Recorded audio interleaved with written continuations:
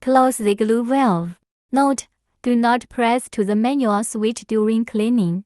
Disassemble the nozzle, remove the symbol, spring and glue adjustment rod, and clean. Open up the small holes of each accessory with a tongue needle. There are 3 small holes and 1 large hole on the adjustment rod and symbol. If there has glue, clean it. Try to get the tongue needle out of the hole.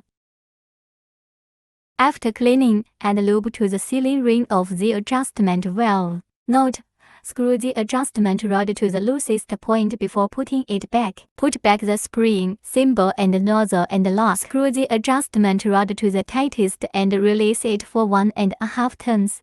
Get the pressure up to about 4 kilos. Gently press the manual switch for about 8 seconds. When the indicator light comes on and starts spraying glue, release it and drain water while extracting glue.